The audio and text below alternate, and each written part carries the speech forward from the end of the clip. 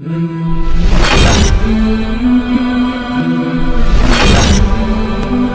شک روئے زمین پر انسانوں کے لیے اللہ رب العزت کی طرف سے سب سے بڑا انعام ایمان کی شکل میں ہے، اور اس وقت روئے زمین پر سب سے بڑا فتنہ کفر کی شکل میں موجود ہے۔ دور جدید میں کفر کی طرف سے اسلام کو مٹانے کے لیے جو بڑے بڑے فتنے لانچ کیے گئے، ان فتنوں میں سب سے بڑا فتنہ، سب سے بڑا دجل، فریب اور دغابازی پر جو مشتمل تھا وہ برطانیہ کی طرف سے تھا،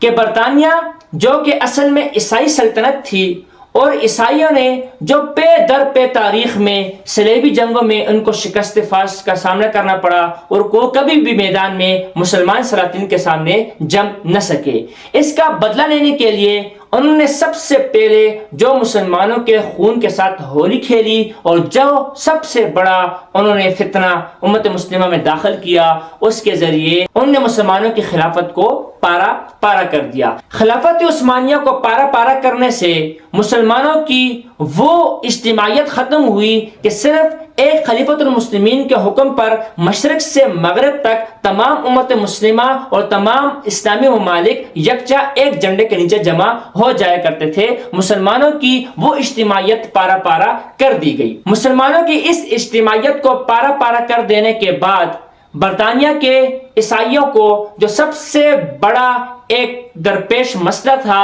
وہ مسلمانوں کی طرف سے جہاد کا تھا، کیونکہ بر صغیر پاک و ہند پر جب برطانیہ نے اپنا تسلط اور اپنا پنجہ گاڑ دیا، تو اس کے بعد جو سب سے پہلے جس آزمائش کا ان کو سامنا کرنا پڑا وہ 1857 کی جنگ آزادی یعنی غدر، جس کو مسلمانوں جہاد کے نام سے یاد کرتے ہیں، کہ مسلمانوں نے مسلح اور جہادی تحریک ان تاج برطانیہ کے خلاف شروع کی، جس میں اگرچہ مسلمانوں کو وقتی طور پر شکست تو ملی، لیکن اس سے برطانیہ کو بھی خوف ہراس کا سامنا کرنا پڑا، اور مستقبل میں دوبارہ اس طرح کی تحریکیں اٹھ سکتی تھی۔ اسی لیے اس جہاد کو امت مسلمہ کے ذہنوں سے بالکل ختم کرنے کے لیے انہوں نے ایک دوسری سازش شروع کی، اور اس سازش کے لیے سب سے پہلے جو حکومت کے زیر تسلط مدارس تھے یا مکاتب تھے، ان میں ایسا نصاب شامل کیا گیا جس میں اسلام کا چہرہ مسخ کر دیا گیا، جس میں جہاد کی ایک الگ سی تشریح بیان کر دی گئی، جس میں مسلمان مجاہدین کو اور سلاطین اسلام کو ایک غنڈوں کی طرح پیش کیا گیا، جس میں ان کو سلاطین اسلام کو ایک ڈاکو اور رہزنوں کے طریقے پر پیش کیا گیا، کہ یہ جو جہاد کے نام پر ایک ملک دوسرے ملک پہ حملے کیا کرتے تھے اور قتل و غارت گیری کیا کرتے تھے، یہ اصل میں سلاطین کا اپنا جذبہ ہوا کرتا تھا۔ وہ اپنی سلطنت کو وسعت دینے کے لیے انسانیت کا قتل عام کیا کرتے تھے اور جبر و ظلم سے کام لیا کرتے تھے۔ یہ مسلمانوں کے ذہن میں ڈالا گیا، اور اس کے ذریعے جو ہمارے پہلے ہیروز تھے اسلامی تاریخ کے ان کو مسخ کر دیا گیا، اور اس کے بعد دوسری کوشش یہ کی گئی کہ مسلمانوں سے جہاد کا جذبہ ختم کرنے کے لیے ضروری ہے، کیونکہ جہاد کا جو حکم آیا ہے وہ قرآن میں آیا ہے، اور قرآن کو مسلمان وحی الہی سمجھتے ہیں، اللہ تعالی کی طرف سے آسمان کی طرف سے آیا ہوا حکم سمجھتے ہیں۔ اس لیے اس جہاد کو منسوخ کرنے کے لیے بھی ضروری ہے کہ آسمان سے ہی کوئی حکم آئے اور وحی کے طور پر ہی کوئی ان کے سامنے جہاد کے نسخ کے اوپر کوئی بات کرے۔ اس کے لیے جو انہوں نے کوشش کی تو ان کو سب سے بڑا فتنہ پرداز اپنے اندر سے وہ شخص ملا جس کے آباء و اجداد نے 1857 میں تاج برطانیہ اور برطانیہ کی حکومت کی بڑی خدمات کی تھی، اور مسلمانوں کے خلاف جاسوسی اور مسلمانوں میں فتنہ پیدا کرنے کے لیے 1857 میں بھی اس خاندان کی کوششیں شامل تھی۔ ان میں ان کو مرزا غلام احمد قادیانی ملا۔ مرزا غلام احمد قادیانی کو لانچ تو کیا گیا، لیکن یہ ضروری سمجھا گیا کہ یہ ایک نازک مسئلہ ہے، اور ڈائریکٹ اور اچانک سے ہی اگر اوپر کی اور وحی کی باتیں کی گئی تو مسلمان اس پر یقین نہیں رکھیں گے، اس لیے اس مرحلے کو تدریجاً طے کیا جائے، تہ بتہ طے کیا جائے، آہستہ آہستہ اس منزل تک پہنچا جائے۔ اس لیے شروع سے ہلکے ہلکے دعوے شروع کیے گئے، اور ایک دعویٰ کرنے کے بعد کوشش کی گئی کہ مسلمان اس دعوے کو ہضم کر دیں، اس کے خلاف کوئی مسلمانوں کی تحریک نہ اٹھے، اور یہ مسلمانوں میں یہ جو ان کا جو دعویٰ ہے وہ پھیل جائے، اس کے بعد پھر دوسرا دعویٰ کیا جائے۔ اس لیے مرزا غلام احمد قادیانی نے سب سے پہلے مسلمانوں کے اندر جو اپنے آپ کو لانچ کیا اور اپنے آپ کو اپنے آپ کا جو تعارف کیا گیا وہ ایک مبلغ کی طرح، وہ ایک اسلامی اسکالر کے طور پر کیا گیا. اور اس کے بعد مسلمانوں میں شہرت پانے کے لیے جو بڑے بڑے پادری تھے اور عیسائیوں کے بڑے بڑے مبلغ تھے ان کے ساتھ مناظرے رکھے گئے، اور مناظروں میں ان کی جیت بھی یقینی ہوا کرتی تھی، کیونکہ ان کے دستراز اور اس کے پیچھے جن کا ہاتھ تھا وہ اصل میں برطانیہ کی عیسائی حکومت شامل تھی. اس لیے جب یہاں پہ ان کو کافی شہرت ملی اور مسلمانوں میں ان کا تھوڑا بہت نام ہوا، اس کے بعد پھر تدریجاً آہستہ آہستہ مبلغ سے اور اسکالر سے پھر آہستہ آہستہ نبوت کے دعوے کی طرف نکلے. ان نے پھر مسیح موعود کا دعویٰ کیا، پھر بروزی نبی کا دعویٰ کیا، پھر اس طرح نبوت کو نبی پاک صلی اللہ علیہ وسلم سے زیادہ معجزات کا دعویٰ کیا گیا. پھر ان کے دعوے بڑھتے گئے. انہوں نے اپنی تبلیغ کے ذریعے اور پھر جب بعد میں انہوں نے اپنی نبوت کا دعویٰ کیا اور بروز نبی کا اور مسیحی موعود کا دعویٰ کیا، اس کے بعد جب انہوں نے یہ دعویٰ بھی کیا کہ ان کے اوپر وحی کا نزول ہوتا ہے، اور اسی کی تبلیغ کرتے ہوئے انہوں نے تاج برطانیہ کو اور برطانیہ کی حکومت کو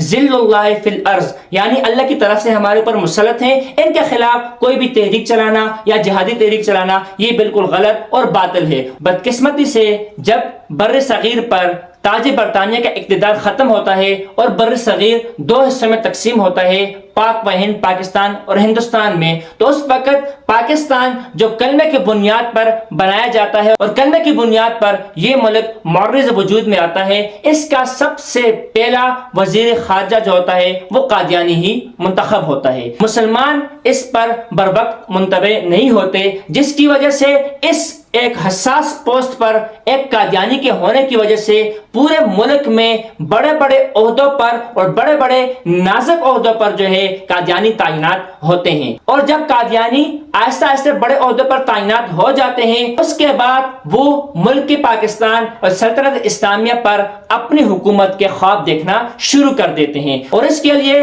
جب کافی عرصے تک تحریک خفیہ طور پر چلائی جاتی ہے، آخر میں مسلمانوں کو آزمایا جاتا ہے کہ آیا ہم جو اتنی کوشش کر چکے ہیں اس وقت مسلمان کس نہج پر ہیں اور مسلمان اس وقت کس قدر بیداری کا مظاہرہ کرتے ہیں. آزمائش کے لیے جب 22 مئی 1974 کو نیشنل میڈیکل کالج ملتان سے کچھ طلباء مطالعاتی دورے پر پشاور کی طرف جاتے ہیں. راستے میں ریلوے اسٹیشن جناب نگر پر یہی قادیانی لوگ اپنا لٹریچر تقسیم کرتے ہیں. طلباء اس لٹریچر کو لینے سے منع کرتے ہیں، انکار کرتے ہیں. وہاں پہ نبی پاک صلی اللہ علیہ وسلم کے ختم نبوت کے نعرے بلند کرتے ہیں اور قادیانیوں کے ساتھ کچھ تلخ کلامی ہوتی ہے. لیکن یہی کالج کا قافلہ جب 28 مئی کو دوبارہ واپس جاتا ہے تو قادیانی ہی اس ریلوے اسٹیشن کے انچارج ہوتے ہیں. قادیانی ریلوے اسٹیشن کے انچارج کے حکم پر خلاف قانون اس ٹرین کو وہاں پر روک دیا جاتا ہے، اور روکنے کے بعد جس ڈبے میں یہی طلباء موجود ہوتے ہیں، ان کے ڈبے پر مسلح افراد جن کے پاس چھرے، ہاکی وغیرہ، ڈنڈے اور اس طرح جو ہے نا کچھ اسلحہ موجود ہوتا ہے، جس کی مدد سے ان طلباء پر حملہ کیا جاتا ہے. اور اس وقت قادیانی اپنے ساتھ کچھ فاحشہ عورتوں کو بھی لاتے ہیں، اور ان کے سامنے جب ان مسلمان طلباء کو زخمی اور مارا جاتا ہے تو وہ تالیاں اور ساتھ میں رقص و سرور کی محفل جماتے ہیں. ان 30 طلباء کو بڑی ہی بے دردی سے شدید زخمی کیا جاتا ہے، اور یہ جب طلباء کا یہ زخمی قافلہ واپس پہنچتا ہے تو اس سے اگلے دن ملک کے مختلف علاقوں میں احتجاج شروع ہو جاتا ہے. اور 30 مئی کو اس کے بعد پورے ملک میں ہڑتال ریکارڈ کی جاتی ہے، اور 31 مئی اگلے دن اس کی تحقیقات کے لیے ایک کمیٹی قائم کر دی جاتی ہے. مسلسل تحریکات کے بعد بالآخر مسلمان مجبور ہوئے کہ اس مسئلے کو آئین کے تحت اسمبلی میں پیش کیا جائے. اسمبلی میں پیش کرنے کے بعد مرزا غلام احمد قادیانی کے پوتے مرزا احمد ناصر کو بھرپور موقع دیا گیا کہ وہ اپنا موقف ان اسمبلی والوں کے سامنے پیش کریں. مکمل آزادی کے ساتھ مرزا ناصر احمد قادیانی نے اپنا موقف وہاں اسمبلی کے سامنے پیش کیا. اس مکمل کارروائی میں تقریباً 2.5 مہینے گزرے، اور 2.5 مہینوں میں اس اسمبلی میں 28 اجلاس بلائے گئے اور 96 گھنٹے پر یہ اجلاس مشتمل رہا. اور بالآخر 7 ستمبر 1974 کو